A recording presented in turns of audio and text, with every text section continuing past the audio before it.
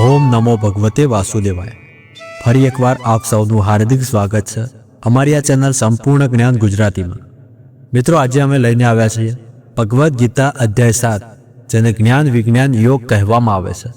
આ અધ્યાયમાં ભગવાન શ્રી કૃષ્ણ અર્જુનને પોતાના પરમ તત્વનો પરિચય આપે છે કે કેવી રીતે તેઓ સર્વનો આધાર છે, સર્વત્ર વ્યાપક છે અને ભક્તિ દ્વારા જ તેમને પ્રાપ્ત કરી શકાય છે।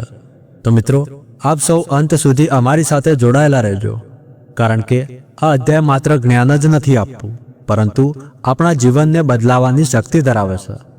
તો ચાલો હવે શરૂ કરીએ ભગવદ્ ગીતા અધ્યાય 7ની આ પાવન યાત્રા। અધ્યાય શરૂ કરતા પહેલા જો તમે ચાહો છો કે ભગવાન શ્રી કૃષ્ણના આશીર્વાદ હંમેશા તમારા ઉપર બન્યા રહે, તો આ વિડીયોને એક લાઈક કરી લેજો, કોમેન્ટમાં જય શ્રી કૃષ્ણ લખી લેજો, જેથી તેમના આશીર્વાદ, તેમની કૃપા હંમેશા તમારા ઉપર બન્યા રહે। તો ચાલો આજે શાંતિથી શ્રવણ કરીએ ભગવદ્ ગીતા અધ્યાય 7નું। આ અધ્યાયની શરૂઆતમાં ભગવાન શ્રી કૃષ્ણ પોતાની અદ્ભુત શક્તિ અને માયાના રહસ્યોને સમજાવે છે। તેઓ કહે છે કે આખું જગત તેમનામાંથી પ્રગટ થયું છે અને બધું જ અંતે ફરી તેમનામાં લય પામે છે। જેમ મોતી દોરામાં પરોયેલા હોય છે, તેમ સમગ્ર સૃષ્ટિ ભગવાનમાં જ સ્થિત છે। શ્રી કૃષ્ણ જણાવે છે કે તેમની પ્રકૃતિ એક એવી માયા છે જેને જીતવું સહેલું નથી, પરંતુ જે મનુષ્ય તેમને સંપૂર્ણ સમર્પણથી શરણ આવે છે, તે તેમની કૃપાથી આ માયા પર વિજય મેળવી શકે છે। આગળ તેઓ જણાવે છે કે દરેક મનુષ્ય ભગવાનને શરણ નથી આવતો। કેટલાક લોકો અજ્ઞાન અને લાલચના કારણે ભૌતિક ઈચ્છાઓમાં ફસાઈ જાય છે, પરંતુ સાથે જ તેઓ એ પણ કહે છે કે 4 પ્રકારના ભક્તો તેમને ભજે છે: જે દુઃખમાં છે, જે ધનની ઈચ્છા રાખે છે, જે જિજ્ઞાસુ છે અને જે જ્ઞાનમાં સ્થિત છે। આ ચારેયમાં ભગવાનને સૌથી પ્રિય એ છે જે જ્ઞાનમાં સ્થિત રહી પોતાની બુદ્ધિ અને મનને સંપૂર્ણ રીતે ભગવાનમાં સમર્પિત કરે છે। શ્રી કૃષ્ણ કહે છે કે જે લોકો લૌકિક ઈચ્છાઓના કારણે અન્ય દેવી દેવતાઓની ઉપાસના કરે છે, તેઓને થોડાક સમય માટે ફળ મળે છે, પરંતુ એ ફળ ક્ષણિક હોય છે, કારણ કે અંતે સત્ય એ છે કે તમામ શક્તિઓનો મૂળ સ્ત્રોત સ્વયં પરમાત્મા શ્રી કૃષ્ણ જ છે। આથી સાચો ભક્તિનો માર્ગ એ છે કે આપણે ભગવાનને અંતિમ ગંતવ્ય માનીએ।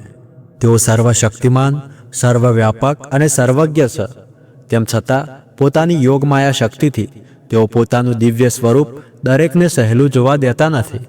માત્ર જે તેમનો આશ્રય લે છે, જે ભક્તિપૂર્વક શરણમાં આવે છે, તેમને જ તેઓ પરમ જ્ઞાન આપે છે, અને આ જ જ્ઞાનથી ભક્તને પોતાના જીવનનું રહસ્ય અને કર્મોના પરિણામોનું સાચું જ્ઞાન પ્રાપ્ત થાય છે। આગળ ભગવાન શ્રી કૃષ્ણ અર્જુનને કહે છે કે હે અર્જુન, હવે સાંભળ, મારા પ્રત્યે મનને અનન્ય રીતે અનુરક્ત રાખીને અને ભક્તિ યોગની સાધના દ્વારા મને શરણાગત થઈને કેવી રીતે તું નિસંદેહ થઈને મને પૂર્ણપણે જાણી શકીશ। હવે હું તારી સમક્ષ આ જ્ઞાન અને વિજ્ઞાન પૂર્ણપણે પ્રગટ કરીશ, જે જાણીને આ જગતમાં અન્ય કંઈ જાણવા યોગ્ય રહેતું નથી। સહસ્ત્ર મનુષ્યોમાંથી ભાગ્યે જ કોઈ એક સિદ્ધિ પ્રાપ્ત કરવા પ્રયાસ કરે છે, અને સિદ્ધિ પ્રાપ્ત કરનારાઓમાંથી પણ ભાગ્યે જ કોઈ એક જ મને વાસ્તવમાં જાણે છે। પૃથ્વી, જળ, અગ્નિ, વાયુ, આકાશ, મન, બુદ્ધિ અને અહંકાર, આ સર્વ મારી પ્રાકૃતિક શક્તિના 8 તત્વો છે। આવી ગૌણ મારી અપરાશક્તિ છે, પરંતુ તેનાથી પણ ચડિયાતી મારી પરાશક્તિ છે। આ જીવ શક્તિ છે, જેમાં શરીરધારી આત્માઓનો સમાવેશ થાય છે, જેઓ આ જગતમાં જીવનનો આધાર છે। સર્વ જીવંત પ્રાણીઓનો ઉદ્ભવ મારી આ 2 શક્તિઓમાંથી થાય છે। તે તું જાણ, હું સમગ્ર સૃષ્ટિનો સ્ત્રોત છું, અને મારામાં જ તે પુનઃ વિલીન થઈ જાય છે। હે અર્જુન, મારાથી શ્રેષ્ઠ અન્ય કંઈ નથી। જેવી રીતે મોતી દોરામાં ગૂંથાયેલા રહે છે, તેવી રીતે સર્વ મારામાં આશ્રિત છે। હે કુંતીપુત્ર, હું જળમાં સ્વાદ છું અને સૂર્ય ચંદ્રનો પ્રકાશ છું। હું વૈદિક મંત્રોનો પવિત્ર ઉચ્ચારણ ઓમ છું। હું આકાશમાં ધ્વનિ છું અને મનુષ્યોમાં સામર્થ્ય છું। હું પૃથ્વીની શુદ્ધ સુગંધ છું અને અગ્નિમાં પ્રકાશ છું। હું સર્વ પ્રાણીઓનું જીવન બળ છું અને તપસ્વીઓનું તપ છું। હે અર્જુન, જાણી લે કે હું સર્વ પ્રાણીઓનું સનાતન બીજ છું। હું બુદ્ધિશાળીઓની બુદ્ધિ છું અને તેજસ્વીઓનું તેજ છું।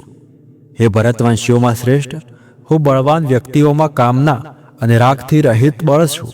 હું એ કામ ક્રીડા છું જે ધર્મથી વિરુદ્ધ નથી અને શાસ્ત્રોની નિષિદ્ધ આજ્ઞાઓથી વિરુદ્ધ નથી. માયિક અસ્તિત્વની 3 અવસ્થાઓ સાત્વિક, રાજસી અને તામસી મારી શક્તિ દ્વારા જ પ્રગટ થાય છે. તેઓ મારામાં છે, પરંતુ હું તેમનામાંથી પરે છું. માયાના 3 ગુણોથી મોહિત આ સંસારના લોકો અવિનાશી અને શાશ્વત એવા મને જાણવા સમર્થ નથી. મારી દિવ્ય શક્તિ માયા જે પ્રકૃતિના 3 ગુણોથી બનેલી છે તેને પાર કરવી અતિ દુષ્કર છે, પરંતુ જે લોકો મને શરણાગત થાય છે તે તેને સરળતાથી પાર કરી જાય છે. 4 પ્રકારના લોકો મને શરણાગત થતા નથી. તેઓ જે અજ્ઞાની છે, તેઓ જે મને જાણવાનું સામર્થ્ય ધરાવતા હોવા છતાં પ્રમાદી રીતે તેમની નિકૃષ્ટ પ્રકૃતિનું અનુસરણ કરે છે. તેઓ જેમની બુદ્ધિ ભ્રમિત થઈ ગઈ છે, તેઓ જે આસુરી પ્રકૃતિ ધરાવે છે. હે શ્રેષ્ઠ અર્જુન, 4 પ્રકારના પવિત્ર લોકો મારી ભક્તિમાં લીન થાય છે: સંતપ્ત, જિજ્ઞાસુ, સંસારી, સંપત્તિના પ્યાસુ અને જેઓ જ્ઞાનમાં સ્થિત છે. આમાંથી હું તેમને શ્રેષ્ઠતમ માનું છું જે જ્ઞાનપૂર્વક મને ભજે છે તથા દ્રઢતાપૂર્વક અને અનન્ય રીતે મને સમર્પિત રહે છે. હું તેમને અતિ પ્રિય છું અને તેઓ મને અતિ પ્રિય છે. વાસ્તવમાં એ સર્વ જે મને સમર્પિત છે તેઓ નિસંદેહ ઉદાર મનવાળા છે, પરંતુ જેઓ જ્ઞાનમાં સ્થિત છે, જે એકાગ્ર ચિત્ત છે, જેમની બુદ્ધિ મારામાં વિલીન થઈ ગઈ છે અને જે મને તેમનું સર્વોચ્ચ ધ્યેય માને છે, હું તેમને મારા આત્મા સમાન જ ગણું છું. અનેક જન્મોની આધ્યાત્મિક સાધનાઓ પશ્ચાત જે મનુષ્ય જ્ઞાનથી સંપન્ન થાય છે તે મને સર્વે સર્વા માનીને મારા શરણમાં આવે છે. આવા મહાત્મા અત્યંત દુર્બળ હોય છે. જેની બુદ્ધિ માયિક કામનાઓથી હરાઈ ગઈ છે, તેઓ સ્વર્ગીય દેવને શરણે જાય છે. પોતાની પ્રકૃતિને અનુસરીને તેઓ દેવતાઓની પૂજા કરે છે અને આ દેવતાઓને રીઝવવાના આશયથી કર્મકાંડ કરે છે. દેવતાના જે કોઈ પણ સ્વરૂપની ભક્ત શ્રદ્ધાપૂર્વક આરાધના કરવા ઈચ્છે છે, હું એવા ભક્તની શ્રદ્ધાને તે સ્વરૂપમાં દ્રઢ કરું છું. શ્રદ્ધાથી સંપન્ન ભક્ત કોઈ ચોક્કસ દેવતાની આરાધના કરે છે અને વાંછિત પદાર્થ પ્રાપ્ત કરે છે, પરંતુ વાસ્તવમાં હું જ આ ફળોની વ્યવસ્થા કરું છું. પરંતુ આ અલ્પ જ્ઞાનીઓને પ્રાપ્ત થયેલું ફળ નાશવંત હોય છે. જેઓ સ્વર્ગીય દેવતાઓની પૂજા કરે છે તેઓ સ્વર્ગલોકમાં જાય છે, જ્યારે મારા ભક્તો મારા ધામને પ્રાપ્ત કરે છે. અલ્પજ્ઞાનીઓ માને છે કે હું પૂર્ણ પુરુષોત્તમ શ્રી કૃષ્ણ પૂર્વે નિરાકાર હતો અને હવે સાકાર સ્વરૂપ ધારણ કર્યું છે. તેઓ મારી અવિનાશી અને સર્વાત્કૃષ્ટ પ્રકૃતિને જાણી શકતા નથી. મારી દિવ્ય યોગ માયાથી આચ્છાદિત હોવાથી હું બધાની સમક્ષ પ્રગટ થતો નથી.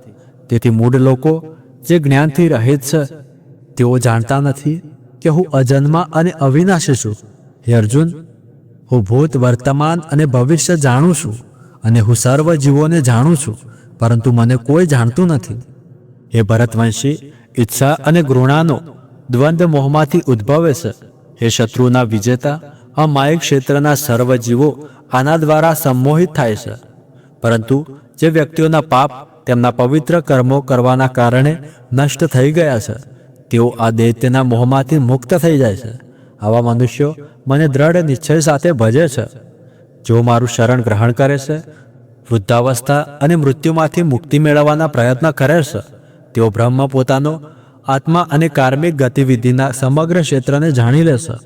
જેઓ મને અધિભૂત અને અધિદેવ તેમજ અધિયજ્ઞના સિદ્ધાંતોના મૂળ શાસક તરીકે જાણે છે, તેવા પ્રબુદ્ધ જીવાત્માઓ મૃત્યુ સમયે પણ સંપૂર્ણ રીતે મારી ચેતનાથી યુક્ત રહે છે.